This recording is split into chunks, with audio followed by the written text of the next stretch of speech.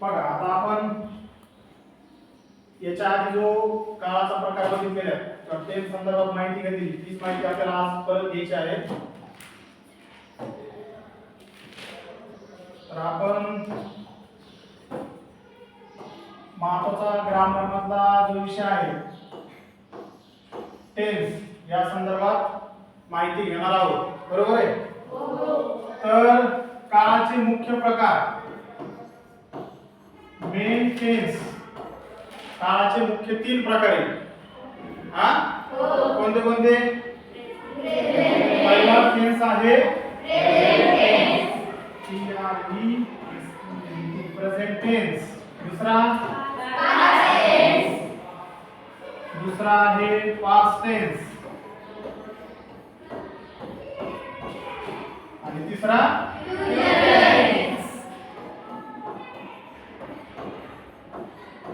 Future tense. हे काळाचे 3ही मुख्य प्रकार आहेत. एक लक्षात राहू द्यायचं मुख्य प्रकार आणि उपप्रकार याच्यामध्ये फरक आहे. ते 3ही जे पाहिलेत आपण हे मुख्य प्रकार आहेत काळाचे. पहिला आहे प्रेझेंट टेन्स त्याला मराठीत म्हणतात वर्तमान काळ. प्रेझेंट असणे आपण काय म्हणतो प्रेझेंट सर म्हणजे काय? हजेरी घेताना प्रेझेंट सर म्हणतो म्हणजे मी आहे सर आता इथं. यालाच म्हणायचं प्रेझेंटला वर्तमान काळ. वर्तमान काळ म्हणजे सध्याची घटना घडत आहे सद्यस्थितीला त्याला वर्तमान काळ म्हणायचं. म्हणजे वर्तमान मध्ये जे घडत आहे त्याला वर्तमान काळ त्याला प्रेझेंट टेन्स. दुसरा पास्ट टेन्स. पास्ट टेन्स म्हणजे भूतकाळ ज्या घटना घडून गेल्या इतिहासात जमा आहे. ज्या काही इतिहासातल्या गोष्टी असतात सगळ्या ह्या भूतकाळातल्या असतात. मग इतिहासामध्ये मग कोणता असते? शिवाजी महाराजांचा इतिहास घ्या, सम्राट अशोकांचा इतिहास घ्या, गौतम बुद्धांचा इतिहास घ्या, जैन महावीर जैनचा घ्या. असे कोणतेही इतिहास घेतले तर हे इतिहास सगळे भूतकाळामध्ये गेलेले आहेत. म्हणजे इतिहास हा झालेला आहे भूतकाळ संपलेला आहे तो. बरोबर आहे. आणि फ्युचर टेन्स तिसरा फ्युचर टेन्सचा अर्थ होतो भविष्यकाळ. याचा अर्थ काय? भविष्यकाळ म्हणजे ज्या घटना घडणार आहेत म्हणजे अजून घडल्या नाहीत. तुम्ही सध्या कितवीला आहे? 8वीला. तुम्ही 9वीला जाणार आहे. गेलात का तुम्ही 9वीला अजून? नाही. मग हा कोणता काळ झाला? भविष्यकाळ. जी घटना घडली नाही आणि ती भविष्यात होणार आहे त्याला म्हणायचं भविष्यकाळ. म्हणजे जी घटना घडलेली नाही भविष्यात होणार ते भविष्य, जी घटना घडून गेलेली ते भूतकाळ आणि जी सध्या चालू घडत आहे. मी तुम्हाला शिकवत आहे टेन्स. कोणती क्रिया ही? वर्तमान काळ प्रेझेंट टेन्स. बरोबर आहे. काल तुम्ही कोणता पेपर दिला काल? परवा इंग्रजी. शनिवारी इंग्रजी पेपर होता. हा कोणता काळ झाला? भूतकाळ. आणि आता उद्या कोणता पेपर आहे तुमचा? गणित. मग उद्या गणिताचा पेपर होणार आहे. उद्या होणार आहे भविष्यकाळ. म्हणजे हे काळाचे मुख्य 3 प्रकार आपण बघितलेले आहेत. त्याची डिटेल पण आपण एक बघणार आहे. आता मुख्य काळ झाल्यानंतर त्याच्या पुढचे दुसरा प्रकार येतो उपप्रकार त्याचे. त्याला म्हणतात काय? सब टेन्सेस किंवा त्याला काळाचे उपप्रकार.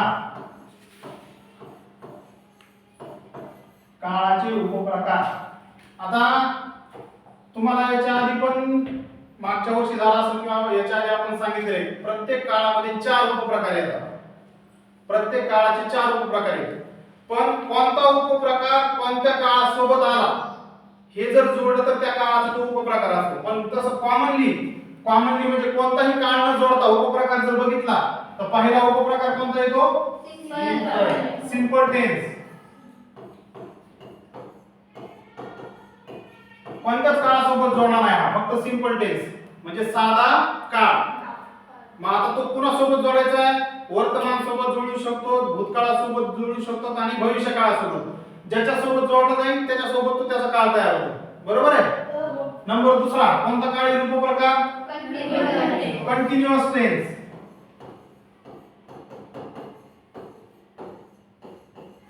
कंटिन्युअस टेन्स म्हणजे याला म्हणतात सिंपल टेन्सला काय म्हणतात? साधा. याला कंटिन्युअसला चालू चालू का. तिसरा परफेक्ट टेन्स. परफेक्ट टेन्स याचा अर्थ काय होतो? पूर्ण काम पूर्ण झालेले आहे त्याला म्हणायचं पूर्ण काळ. जी क्रिया आपली पूर्ण झालेली जी क्रिया चालू असेल सध्या म्हणजे मी तुम्हाला शिकवत आहे हे वर्तमान काळ झाला पण वर्तमान काळामध्ये ही क्रिया मी करत आहे सध्या शिकवायची तुम्हाला. म्हणजे वर्तमान काळामध्ये चार क्रिया होऊ शकतात. एक तर साधी क्रिया होऊ शकते, चालू होऊ शकते वर्तमानामध्ये, वर्तमानामध्ये एखादी क्रिया पूर्ण झालेली असते किंवा चालू पूर्ण असते अशा गोष्टी असतात. आणि शेवटचा उपप्रकार कोणता आहे? Perfect continuous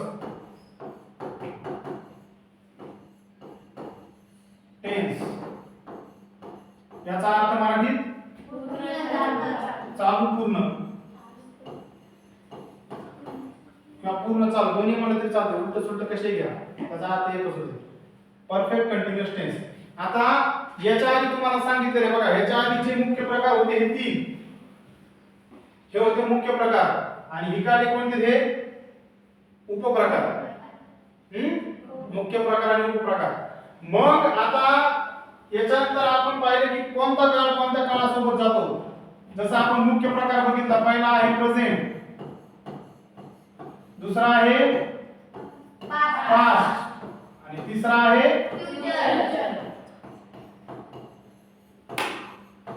future. हे मुख्य काळ आहे आणि हे आहेत सबटेन्स म्हणजे ते मुख्य आणि हे उप.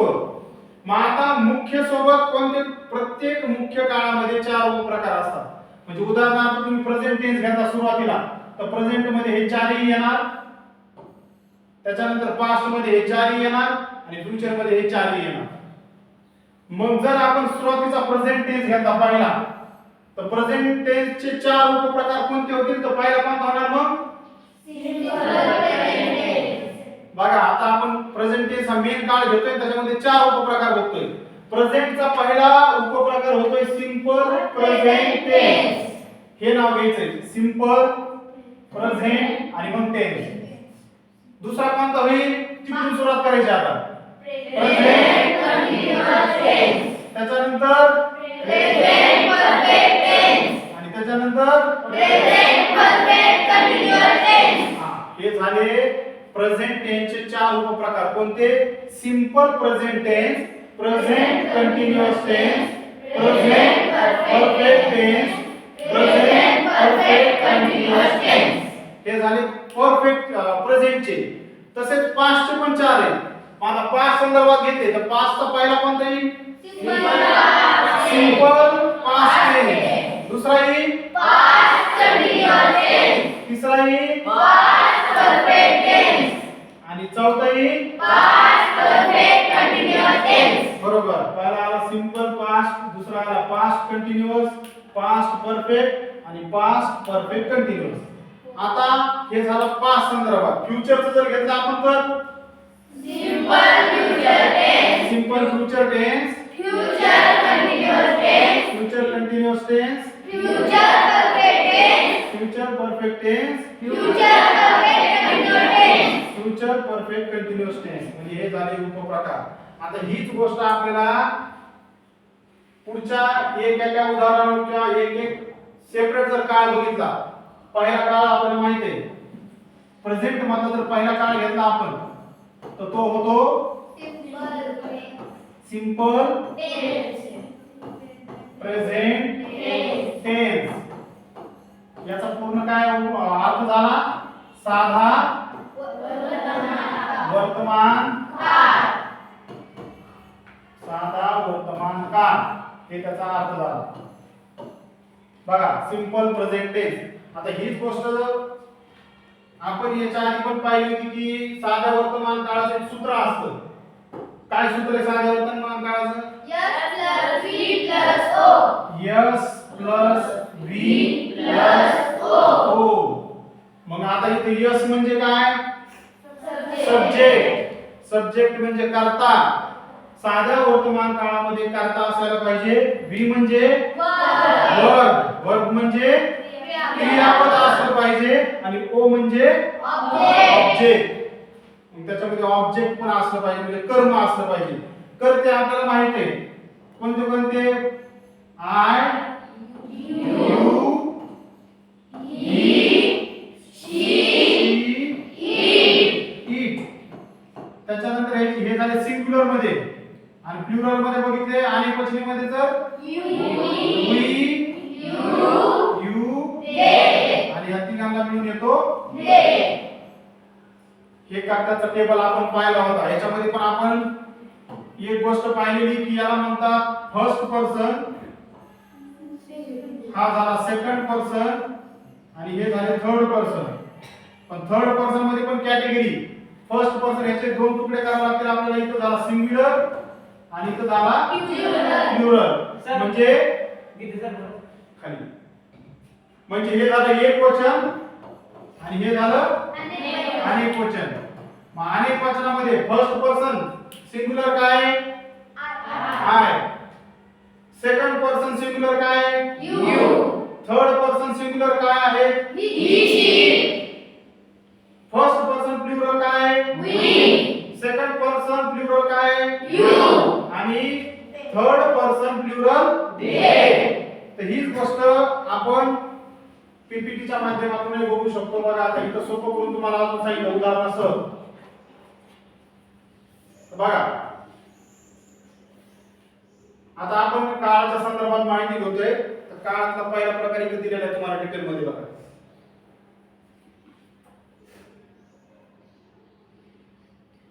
आता काळाचं इथे तुम्हाला इंट्रोडक्शन दिलेलं आहे. थोडक्यात माहिती दिली की आपण काळा संदर्भात जी माहिती बघितली आतापर्यंत तीन काळ जे बघितले मुख्य की वर्तमान काळ, भूतकाळ आणि भविष्य काळ. हे तीन मुख्य काळ बघितलेले. तर त्याच्या संदर्भात स्टेप बाय स्टेप आपल्याला या ठिकाणी आता माहिती घ्यायची आहे.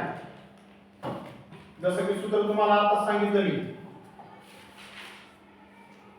या इथं त्या सूत्रामध्ये जशी माहिती तीच माहिती आपण इथे परत बघू. त्याचं एक उदाहरण घेऊ बघा आपण. आता s + v + o, s + v + o याचे काय उदाहरण होईल? साधं जर उदाहरण घ्यायचं झालं तर समजा आपण I हा फर्स्ट पर्सन सिंग्युलर सब्जेक्ट घेतला तर त्याचं काय होतं बघा. I आणि eat घेतलं verb. I eat a mango. बघा आता या सूत्रामध्ये बसलंय का सगळं? सूत्रामध्ये बसलंय का बघा सगळं? बसलंय का? बघा याच्यामध्ये आय हा काय झाला? सब्जेक्ट. ईट काय झालं? वर्ब. आणि अ मँगो हे मँगो काय झालं? Object. I eat a mango हे झालं पुन्हा s + v + o नुसारचं सूत्रानुसारचं एक वाक्य तयार झालं. असे जर तुम्ही वेगवेगळे वर्ब घेतले तुम्हाला याच्या आधी वर्ब सांगितले तुम्ही. हेल्प नावाचा वर्ब घेतला आपण. प्ले, त्याच्यानंतर सिंग, असे वेगवेगळे जर वर्ब घेतले तर तुम्हाला त्याच्यानुसार वाक्य तयार करता येऊ शकतात. इतकं सोपं आहे. फक्त काळजी याच्यामध्ये ही घ्यायची की थर्ड पर्सन सिंग्युलर याच्यामध्ये क्रियापदाच्या पुढे s किंवा es प्रत्यय लागतं. म्हणजे उदाहरणार्थ ह्याचं जर वाक्य आपण घेतलं, दुसरं वाक्य घेतलं बघा. ही काय येईल आता?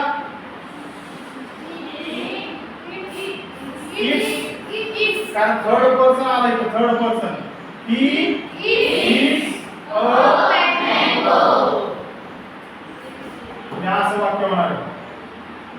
हे दोन वाक्य लिहून घ्यायचं. हे दोन वाक्य द्या आणि हे लिहून घ्यायचं. परत एकदा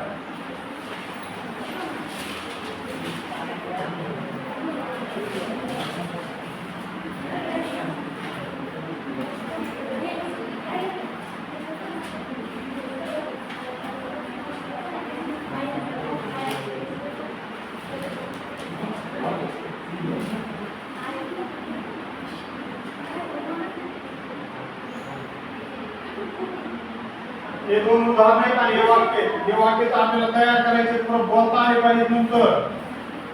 त्याच्यामुळे हे समजून घ्या आणि ते लिहून घ्यायचा प्रयत्न करा.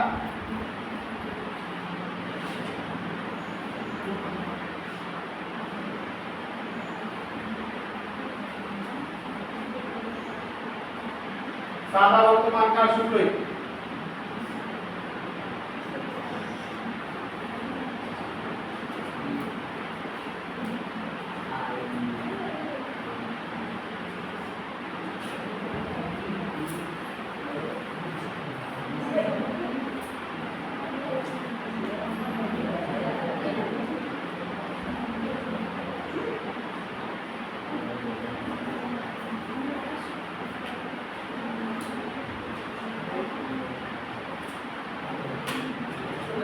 बरं, आता यू सोबत वाक्य कसं तयार होईल? इथच घेतलं फक्त ई हे क्रियापद घेतलं तर यू सोबत कसं होईल, यू वी सोबत कसं होईल आणि दे सोबत कसं होईल हे तुम्ही तयार करून दाखवा मला कसं होईल. तर सांगा. वी सोबत जर घेतलं काय होईल? We mango. कारण इथे यस लागत ना मग ते थर्ड पर्सन लागते, एवढं लक्षात घ्यायचे. त्याच्यानंतर यू सोबत घेतलं यू वी नाही यू इट मँगो बरोबर आहे. आणि दे सोबत जर घेतलं दे इट मँगो, इट्स येणार नाही. परत हे कारण अनेक वचनामध्ये लागत नाही यस किंवा यस कारण त्याच्यासमोर, त्याच्यामुळे दे इट मँगो असं होणार. आणि हीच्या ऐवजी सी आणि इट जर घेतले, सी जर घेतलं शी काय होणार? शी इट्स अ मँगो. कारण शी ही शी हे परत तृतीय पुरुषी एक वचने आहेत म्हणजे परत ते यस लागणार. हीच्या जागी शी जर घेतलं तरी वाक्य अशाला असं घेणार शी इट्स अ मँगो. आणि परत इटचं जरी तुम्ही कारका घेतला इट तर त्याचं काय होणार आहे? It it's a mango. हा झाला पहिला सिंपल प्रेझेंट टेन्स. आता दुसरा एक काळ बघायचा आपल्याला. दुसरा काळ आहे त्याच्यामधला दुसरा कोणता काळ आहे? आता प्रेझेंट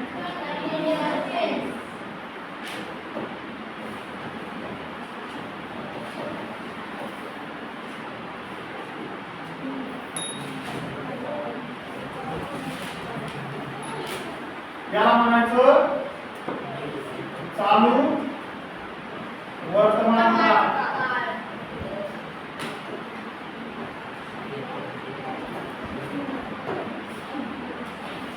चालू वर्तमान काळ.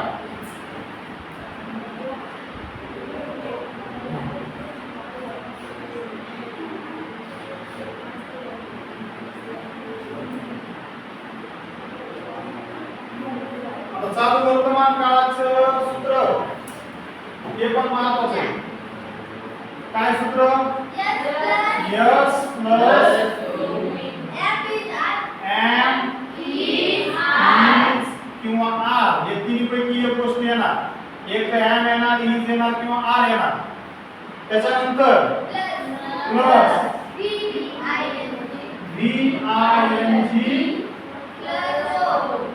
प्लस ओ हे सूत्र आहे कोणतं? Present continuous tense. S plus am is are plus VING plus O. परत तुम्हाला ते यस म्हणजे सब्जेक्ट लक्षात पाहिजे आणि ते लक्षात असलं की परत हे पुढचं आपल्याला सोडवता येणार. त्याचं साधं उदाहरण परत आपण इट नावाचंच घेऊ. इट नावाचं वर्ब घेतलं, इट नावाचं वर्ब घेतलं आणि दोन गोष्टी घेऊ. पहिला आयचं घ्यायचं, आय नावाचा सब्जेक्ट आणि नंतर घ्यायचा ही नावाचा सब्जेक्ट.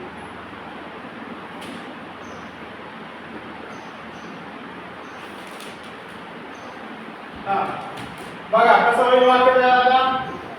आय आयच्या पुढी am is are या तिन्हीपैकी एक गोष्ट घ्यायची आपल्याला हेतूवर आय सोबत काय येतं आय एम आता व्ही आय एन जी घ्यायचंय क्रियापद आहे आपलं ईट त्याला व्ही आय एन जी म्हणजे व्हर्बला आय एन जी लावायचंय मग I am E A T I N G I am eating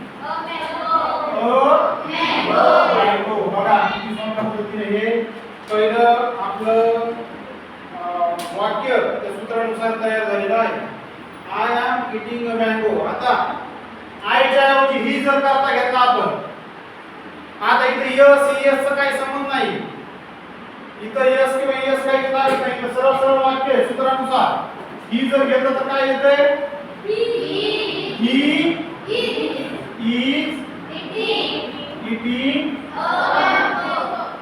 eating a mango बघा प्रत्येक तुम्ही कोणताही करता का याच्यामध्ये काही फरक पडत नाही आय घ्या यू घ्या ही शी इट घ्या दे घ्या यू घ्या वी घ्या सेम फक्त कुणाच्या सोबत हेल्पिंग वर्ब हे काय लावायचं हे महत्त्वाचं आहे आयच्या सोबत एम येणार यू च्या सोबत आर येणार ही शी इट च्या सोबत इज येणार आणि जे अनेक वचन आहेत we are they are you are याच्या सोबत आर येणार जे आपण अनेक गोष्टी बघितले होते त्याच्या संदर्भात बघा आता परत एकदा शॉर्टकट मध्ये तुम्हाला याच्यावर माहिती देतो याची बघा दुसरा जो भाग आहे आपला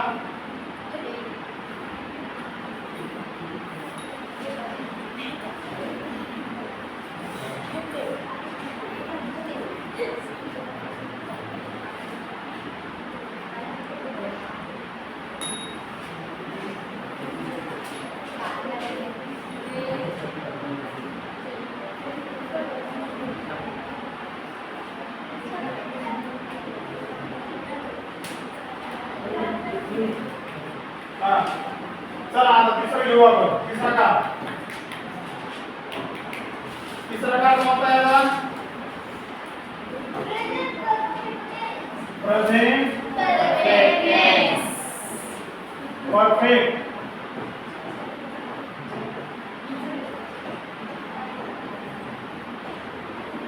याला मराठीत काय म्हणता येईल प्रेझेंट परफेक्ट टेन्सला मराठीत काय म्हणता येईल पूर्ण वर्तमान काळ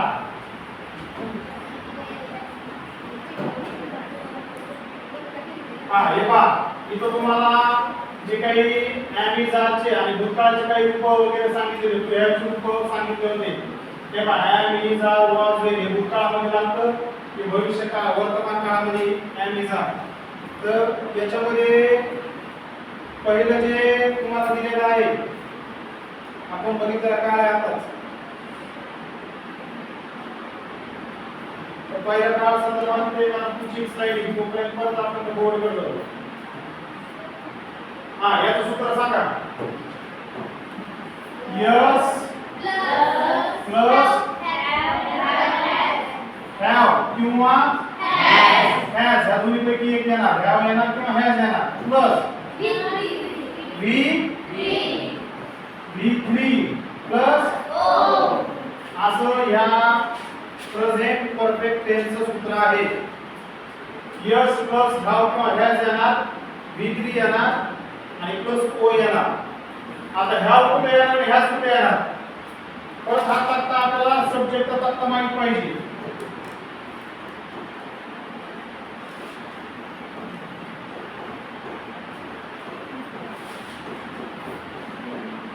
तिघांसोबतच फक्त हॅज येणार बाकी सगळ्यांसोबत हॅव येणार इथे हॅव सगळीकडे हॅव फक्त ह्या तीन साठी हॅज येणार थर्ड पर्सन सिंग्युलर याच्यासाठी फक्त हॅज येणार बाकी सगळीकडे हॅव येणार मग याचं वाक्य जर तयार करायचं झालं तर काय वाक्य मला सांगा काय वाक्य तयार होईल समजा आपण वाक्य घेतले आयचं घेऊ आणि दुसरं एक शीचं घेऊ आय सब्जेक्ट घेताना आणि शी सब्जेक्ट घेताना तर पहिला सब्जेक्ट आय आहे तर मग वाक्य काय तयार होईल सांगा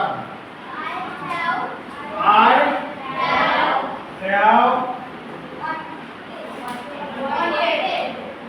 want नावाचं घेतलं तुम्ही क्रियापद बर WANT want नावाचं जर हा क्रियापद वर्ब घेतलं तर I have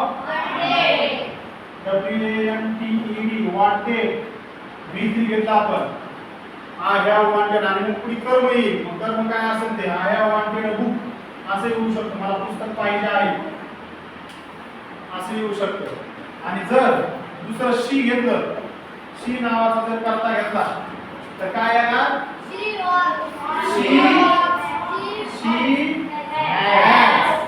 she has wanted असं अशा पद्धतीने हे वाक्य तयार होणार she has wanted a book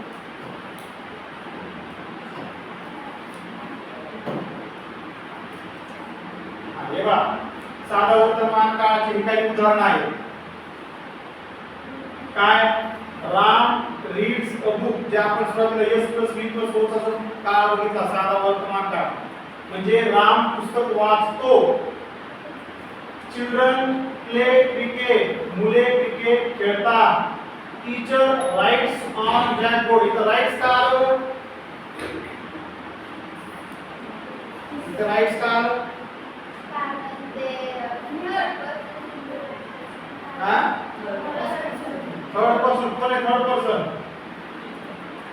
शिक्षक तो शिक्षक म्हणतो ना आपण तो शिक्षक तो किंवा ती शिक्षिका शिक्षक शिकवतात म्हणजे तो थर्ड पर्सन झाला टीचर राइट्स ऑन ब्लॅकबोर्ड शिक्षक फळ्यावर लिहितात राधा ईट्स ॲन ॲपल म्हणजे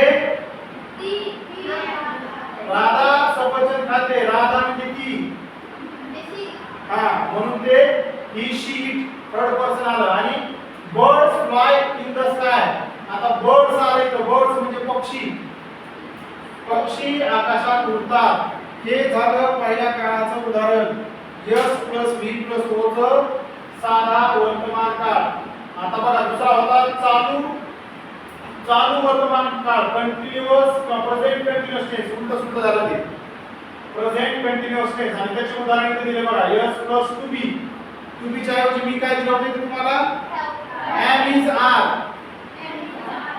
s + am is are + ving + o बघा Ram is reading a book Ram पुस्तक वाचत आहे चिल्ड्रन आर ब्रिंगिंग फ्लावर्स मुले फुले आणत आहेत म्हणजे क्रिया चालू सध्या जी क्रिया चालू त्याला चालू वर्तमान काळ म्हणतात I am cutting a paper मी कागद कापत आहे म्हणजे कापण्याची क्रिया सुरू आहे चालू आहे म्हणून त्याला चालू वर्तमान काळ म्हणलेले Radha is eating a mango आंबा खाल्लाय का तिने नाही खात आहे क्रिया सुरू आहे तिची खाण्याची आंबा birds are flying in the sky पक्षी आकाशात उडत आहेत म्हणजे या क्रिया चालू आहेत आता बघा पुढचा काळ आपण जे आता पाहत होतो बोर्डवर कोणता पूर्ण वर्तमान काळ प्रेझेंट परफेक्ट टेन्स त्याचं सूत्र एकच आहे s + to have + pp pp म्हणजे पास्ट पार्टिसिपल किंवा v3 म्हणजे v3 तुम्हाला मी सांगितलं त्याला pp म्हणतात पास्ट पार्टिसिपल म्हणजे भूतकाळाचं तिसरं रूप म्हणजे याचं बघा याचे उदाहरण काय दिले Ram has read a book म्हणजे रामने पुस्तक वाचलं आहे रामच्या ऐवजी ही पण येऊ शकते इथं he has read a book आपण जे आता वाक्य घेतो ना ते कोणतं वाक्य घेतो आपण तेव्हा आपण आपलं वाक्य असं झालं असतं he has read a book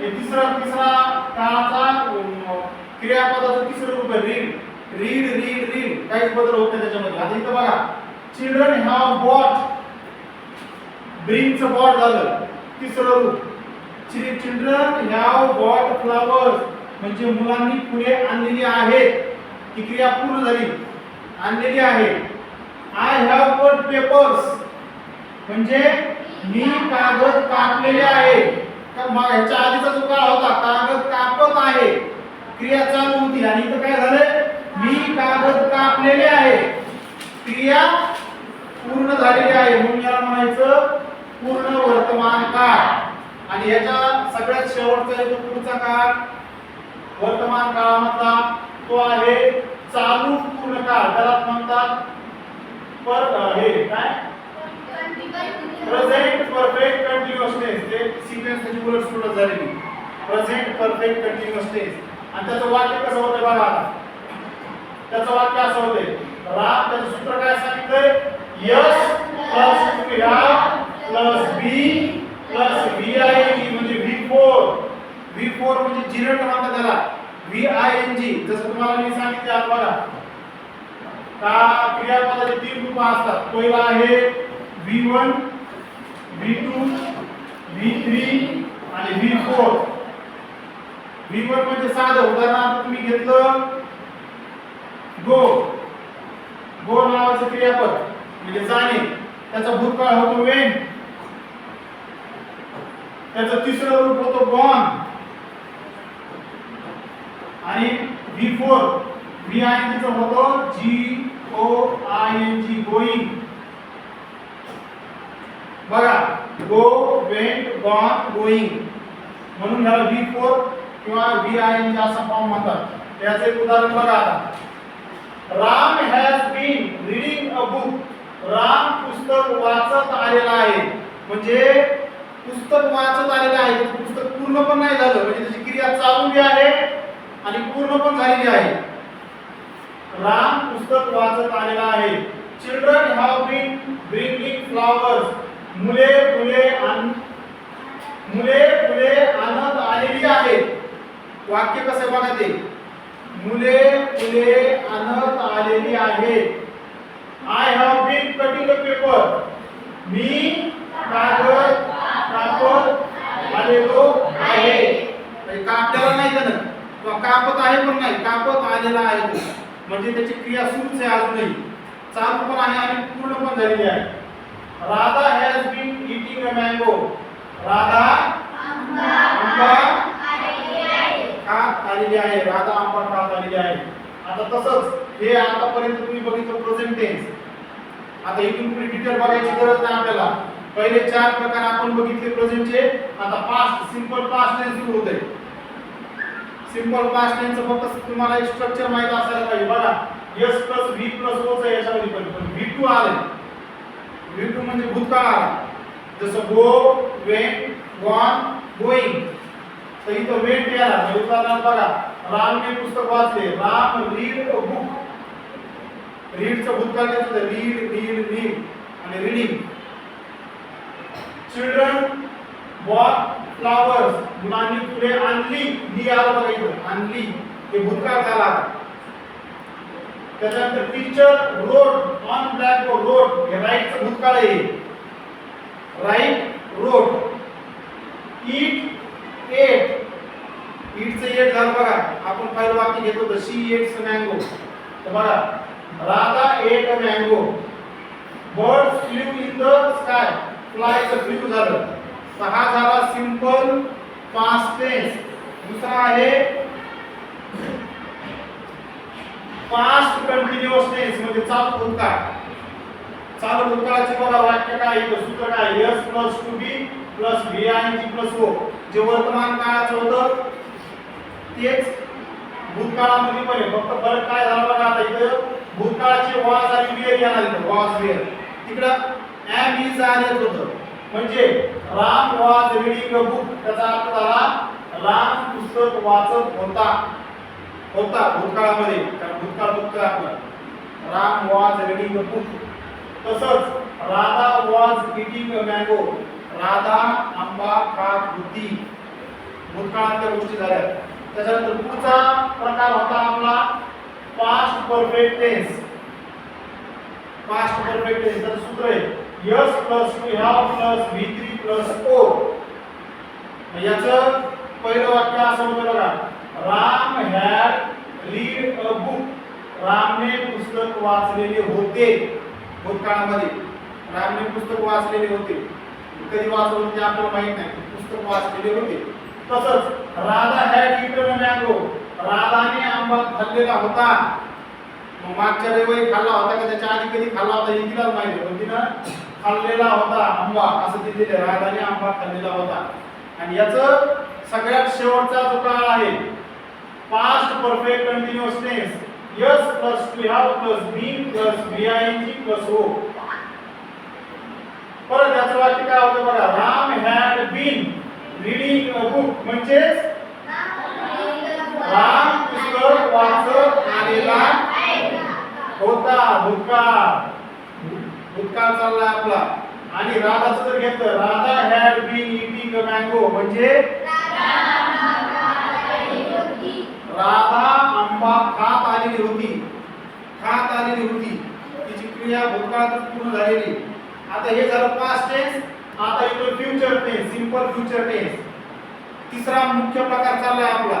त्याच्यातला पहिला उपप्रकार simple future tense S plus will किंवा शाल येतं याच्यासोबत. V1 आणि O म्हणजे बघा, Ram will read a book. Ram will म्हणजे याचा अर्थ काय झाला, राम पुस्तक वाचणार भविष्यात. Radha will eat a mango म्हणजे राधा आंबा खाणार. कधी खाणार हे माहित नाही पण भविष्यात. तसंच दुसरा प्रकार घेतला आपण. दुसरा प्रकार आहे बघा फ्युचर कंटिन्यूअस टेन्स.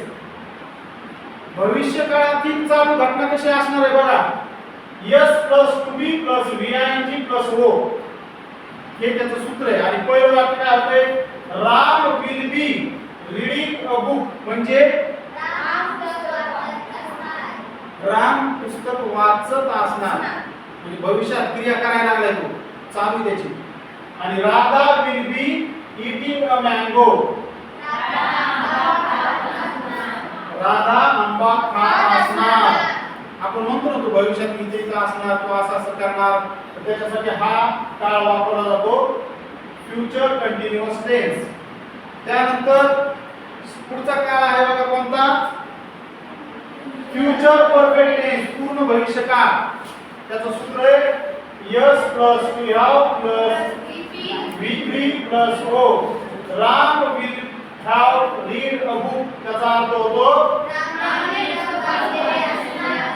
रामने पुस्तक वाचलेले असणार. म्हणजे पुस्तक कंप्लीट केले रामने भविष्य काळामध्येच. रामने पुस्तक वाचलेले असणार भविष्य काळात. Radha will have eaten a mango. भविष्यामध्ये राधाने क्रिया पूर्ण केली. राधाने आंबा खाल्लेला असणार भविष्य काळात, जो काळ घडलेलाच नाही. आणि सगळ्यात शेवटचा काळ इथं आपला काळ संपतो फ्युचर परफेक्ट कंटिन्यूअस टेन्स. त्याचं सूत्र आहे S plus to have plus be plus B I N G plus O. शेवटचा काळ याचं याच्या सूत्रानुसार वाक्य कसं होतं बघा, Ram will have been reading a book म्हणजे राम पुस्तक वाचत आलेला असणार भविष्यात, वाचत आलेला असणार. आणि Radha will have been eating a mango, Radha आंबा खात आलेली असणार. तर हे एकूण आपण काळाचे प्रकार बघितलेले आहेत. जी पहिली आपली स्लाइड होती त्याच्यानुसार एवढ्या गोष्टी आपण इथं बघितलेल्या आहेत. एवढ्या एक प्रेझेंट टेन्स मध्ये 4 उपप्रकार, पास्ट टेन्स मध्ये 4 उपप्रकार आणि फ्युचर टेन्स मध्ये 4 उपप्रकार. याच्यापैकी आपण पर सिंपल प्रेझेंट टेन्स हा अतिशय सखोलपणे अभ्यास केला. आणि याच्या धर्तीवर पास्ट टेन्स आणि फ्युचर टेन्स आहे. आले ध्यानात? हेच तुम्हाला 9वीला गेल्यावर ह्याच गोष्टी आहेत, 10वीला गेल्यावर ह्याच गोष्टी आहेत. फक्त तिथे एवढं जास्त वेळ घ्यायची वेळ लागणार नाही, कारण आपलं झालंय आता इथे. आले का लक्षात हे सगळं? तर हा टेन्सचा प्रकार आता आपण इथं थांबू. शेवटची जी काळाचा आपण जो प्रकार बघितला हा इथं आता आपलं हा एक हॅबिच्युअल पार्ट दिला बघा. हॅबिच्युअल हा काळ नाही, हॅबिच्युअल म्हणजे सवय. आता हा S plus would use to be आणि ओ असं हा काळाचा एक प्रकार गृहीत धरला जातो हॅबिच्युअल म्हणून. म्हणजे उदाहरणार्थ काय, शी वुड प्रॅक्टिस एव्हरी डे. ती दररोज सराव करत असे. एक सरावाचा भाग दिला, म्हणजे सवय सांगण्याचा प्रयत्न केला. Radha would eat a mango. Radha आंबा खायची. राधा नेहमीच आंबे आवडतात म्हणून ती राधा आंबा खायची. हे झाला हॅबिच्युअल का.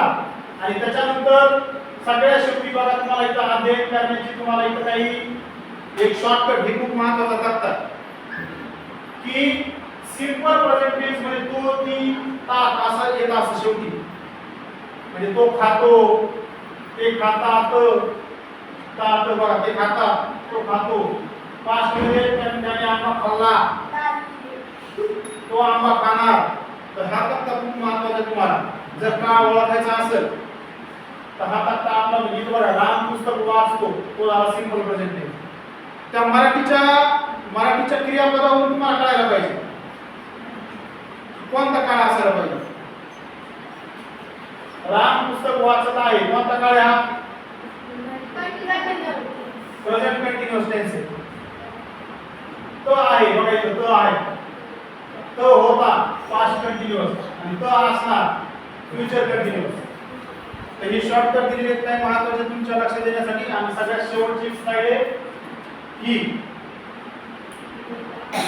Present perfect past perfect future perfect त्याच्यानंतर present perfect continuous present past perfect continuous future perfect continuous अशा पद्धतीचे शॉर्टकट तिन्ही गोष्टी दिलेल्या आहेत. आणि अशा रीतीने ही आपलं जे आजचं टेन्सच्या संदर्भात जो धडा होता तो इथं संपलेला आहे. हे परत पुढच्या परिस्थितीत लक्षात येईल. आले का ध्यानात सगळं? थांबायचं इथं. चला आता इथं आपण हा धडा स्टॉप करू.